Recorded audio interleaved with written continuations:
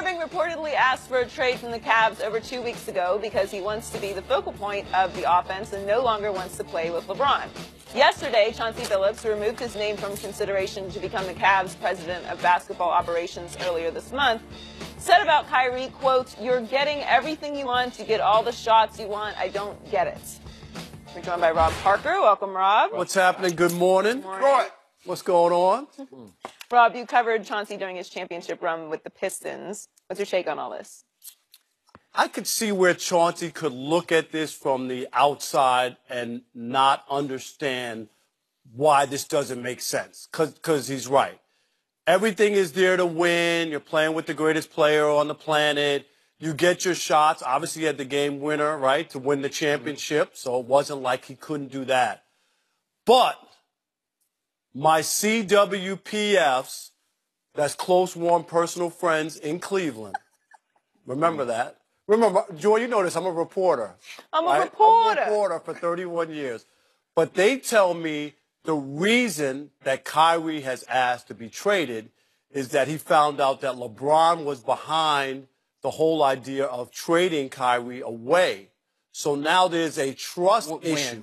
This is when, for Chris Paul, when that... back then. Back then. So you're going a year yes. ago. So he found out that LeBron was behind it, and now there's a trust issue. He feels he can't trust LeBron.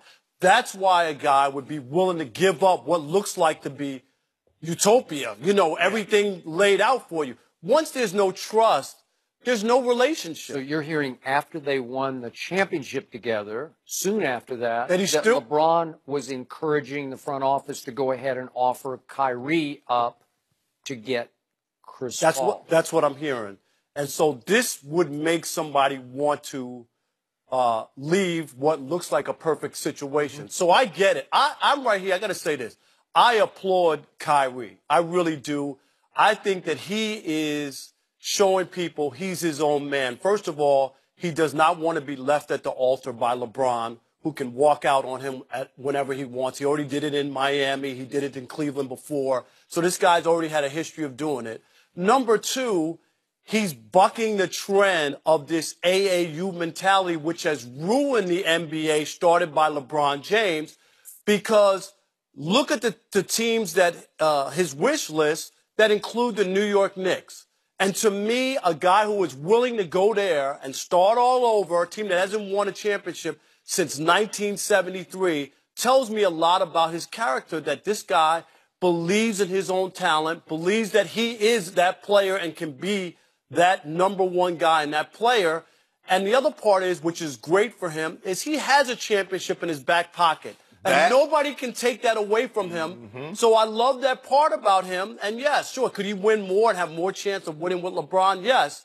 But I also like a guy who's willing to step out on his own and say, I can do this. I don't need to gang up with everybody else, the trend that's gone on. So that's what I'm hearing is Shannon, happened. Yes. Would you see that as betrayal if LeBron, in fact, yes, had I absolutely would. Okay. I absolutely would. I don't care who my best. And I got some best friends that played on other teams. But if I got a very close friend, my teammates, and that's why I always defer. Give me John. You know, I like Joe. I like all these other quarterbacks, but they didn't help me win championships. And I'm going to always go to bat for the guy that I went to champ. Now, the other guy might be better. Now, I don't know in what aspect, maybe defensively, does LeBron think Chris Paul is better than Kyrie? Okay, get that. I'll be that as mate. Now, see, I thought it was because Kyrie's name came up in the Paul George, the Jimmy Butler situation. It did. It came up again, yes. But that's... And so I thought that was Dan Gilbert and David Griffin's like, there's no way I'm giving up. So if you're Kyrie and you help LeBron win a championship and you hear this, how would you feel? Would you be hurt? Would you be hurt? Yeah. Me personally? Yeah. I'm going to have to give him a two-piece. Did you give him a two-piece? Yeah, I'm going to have to go to him. Give an Orca a two-piece? Yeah, I got to. Wow. Bruh, if I just, hold on, I'll make sure, man, if John Elway, if I had just helped John win a Super Bowl, and this dude gonna tell me I want Tony Gonzalez or I want Ben Coates, he and I gonna have a problem. He knows I'm gonna have a problem. Okay. So to Rob's point, Kyrie on his wish list didn't put Golden State and Houston. You know, he doesn't want to join forces. He's just saying. Well, that's out of the question, Skip. Okay. Come on now. Well, but that's the way the kids think today, or even everybody. It's the kids, everybody. And also, Skip, you know, that $200 million, that's out the window too. I mean, he's given up a lot to be his own guy. I gave him credit for that because he knows the max $200 million is off the table, and he's willing to forego that to say, I want to be my own man. Kudos to him. And Chauncey is being a little naive here. And again, I assume he's hearing most of the inside stuff from Ty Lue, who's a very close friend of his, and it was one reason he didn't take the job. But Rob, you did cover that, what was it, 04 Pistons team. Were they not all sort of interchangeable cogs? I mean, they were all very good, but treated equally. Right? Exactly. And see, that's the difference, I think. When Chauncey was in a situation where there was no top dog. Right. Every day it was Rasheed Wallace, Rip Hamilton, Tayshaun Prince, Rasheed Wallace, Chauncey, and Ben Wallace. I mean, and Larry Brown was the sixth guy. You know, they were all on par. So I think it's totally different. He's never been in a situation, and those guys were a real team and unit where they all worked together. And then I think it would have hurt somebody to hear that. Wait a minute, I just helped you win, and now I want to get rid of you. Yeah. It would be like, Skip, you and I win an Emmy. Joy, we win an Emmy. Skip like, yeah, you know, I want this other. Right. I would have to, hey, you would get hurt. I would not do that. I would have to hit you in the stomach. No, I wouldn't. I ain't gonna hit you in the face. You know, I'm gonna have to hit you in the stomach. No, you can hit me in the face. That wouldn't happen. I would take that. But I think Kyrie is getting a bad rap because for whatever all these reasons are, he's just tired of sharing whatever with LeBron on and off the floor. And Chauncey can't relate to that because Chauncey's just seeing the bigger picture of, oh, but you're in the East, and every year you're going to you're going to get to the NBA Finals, right? But Kyrie doesn't have a problem sharing the candy with LeBron. If what Rob is saying is true, he was upset that LeBron wanted to share the candy with Chris Paul, even though he had just helped you get a lot of candy. So now you want to share. Hold on, bro. This dude ain't help you win nothing. I know he's your best friend. You guys go on vacation together, and you can continue to do that.